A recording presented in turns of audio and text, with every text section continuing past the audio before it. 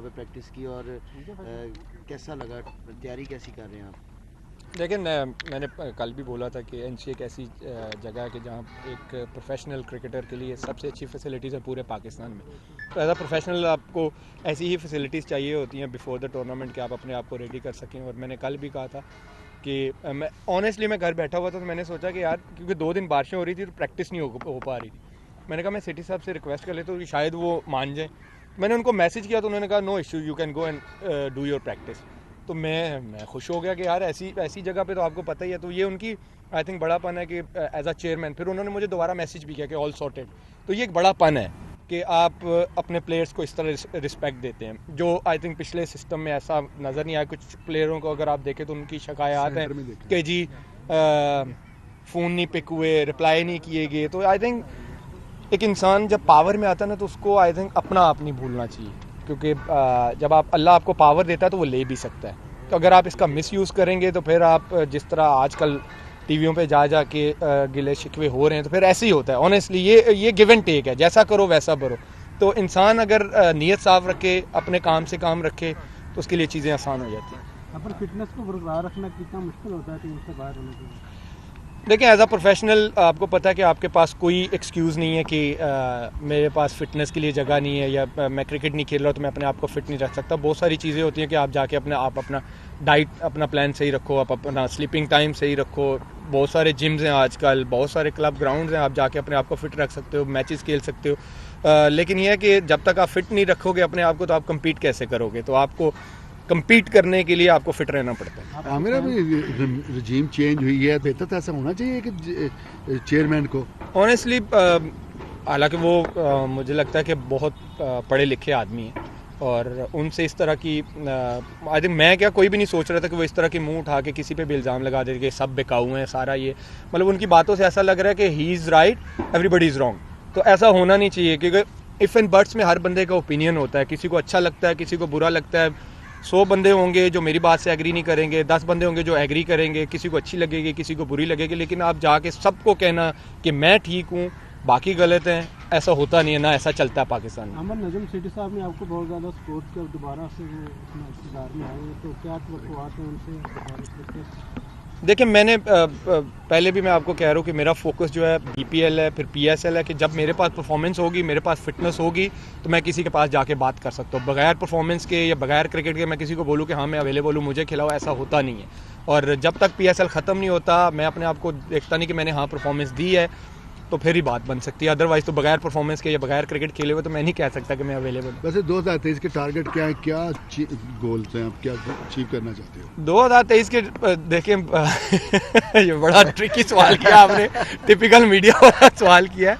2023 का ये कि पीएसएल आ रही है, इंशाल्लाह पीएसएल में परफॉर्म करूँ, फिर देखते हैं आगे क्या होता है। आमिर रमीज़ ने कहा है कि टेंटेड प्लेयर्स को बिल्कुल क्रिकेट खेलने की इजाज़त नहीं होनी चाहिए, और आपके हवाले से सवाल हुआ था तो आप क्या कहते हैं कि इतने साल गुजरने के बावजूद और चैम्पियंस ट्रॉफी भी जीता आपने पाकिस्तान ने, तो उसके बावजूद भी ये राय कायम करना दुरुस्त है?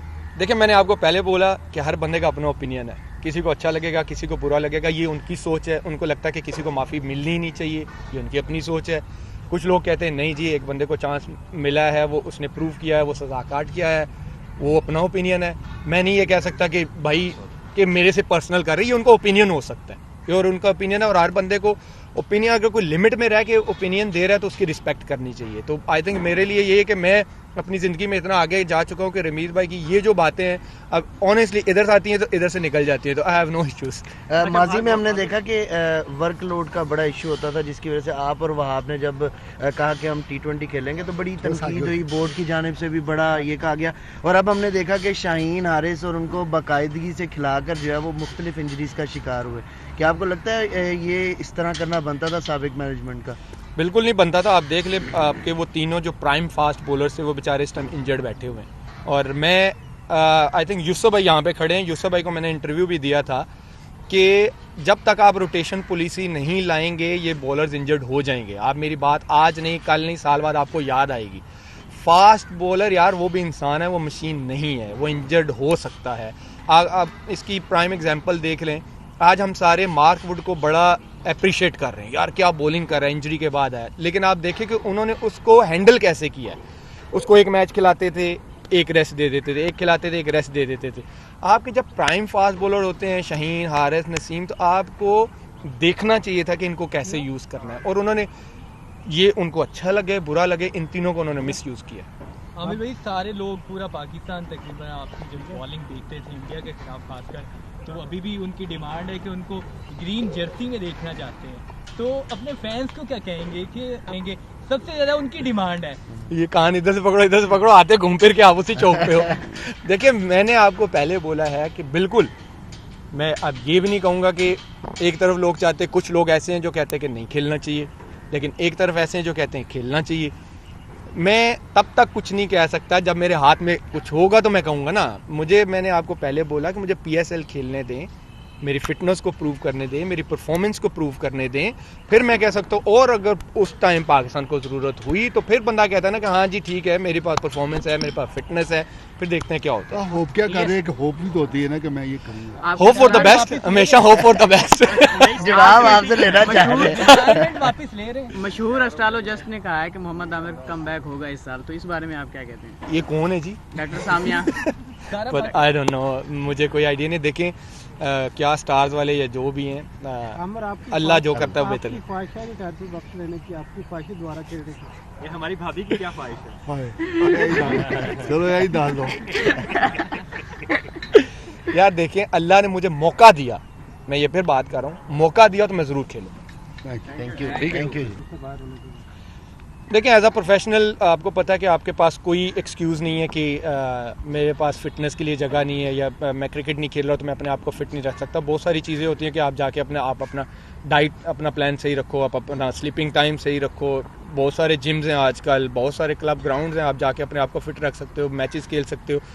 लेकिन यह है कि जब तक आप फिट नहीं रखोगे अपने आप को तो आप कम्पीट कैसे करोगे? तो आपको कम्पीट करने के लिए आपको फिट रहना पड़ता है। आमिर, अभी रजीम चेंज हुई है, बेहतर तो ऐसा होना चाहिए कि चेयरमैन को ऑनेस्टली, हालांकि वो मुझे लगता है कि बहुत पढ़े लिखे आदमी हैं, और उनसे इस तरह की आई थिंक, मैं क्या कोई भी नहीं सोच रहा था कि वो इस तरह की मुंह उठा के किसी पे भी इल्ज़ाम लगा देंगे सब बेकाऊ हैं सारा। ये मतलब उनकी बातों से ऐसा लग रहा है कि he is right, everybody is wrong. तो ऐसा होना नहीं चाहिए, क्योंकि इफ़ एंड बट्स में हर बंदे का ओपिनियन होता है, किसी को अच्छा लगता है, किसी को बुरा लगता है।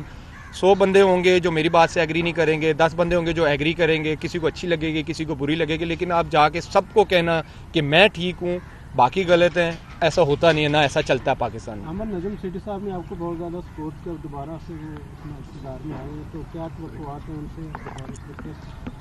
देखिए, मैंने पहले भी मैं आपको कह रहा हूँ कि मेरा फोकस जो है BPL है, फिर PSL है, कि जब मेरे पास परफॉर्मेंस होगी, मेरे पास फिटनेस होगी, तो मैं किसी के पास जाके बात कर सकता हूँ। बगैर परफॉर्मेंस के या बगैर क्रिकेट के मैं किसी को बोलूँ कि हाँ मैं अवेलेबल हूँ, मुझे खिलाओ, ऐसा होता नहीं है।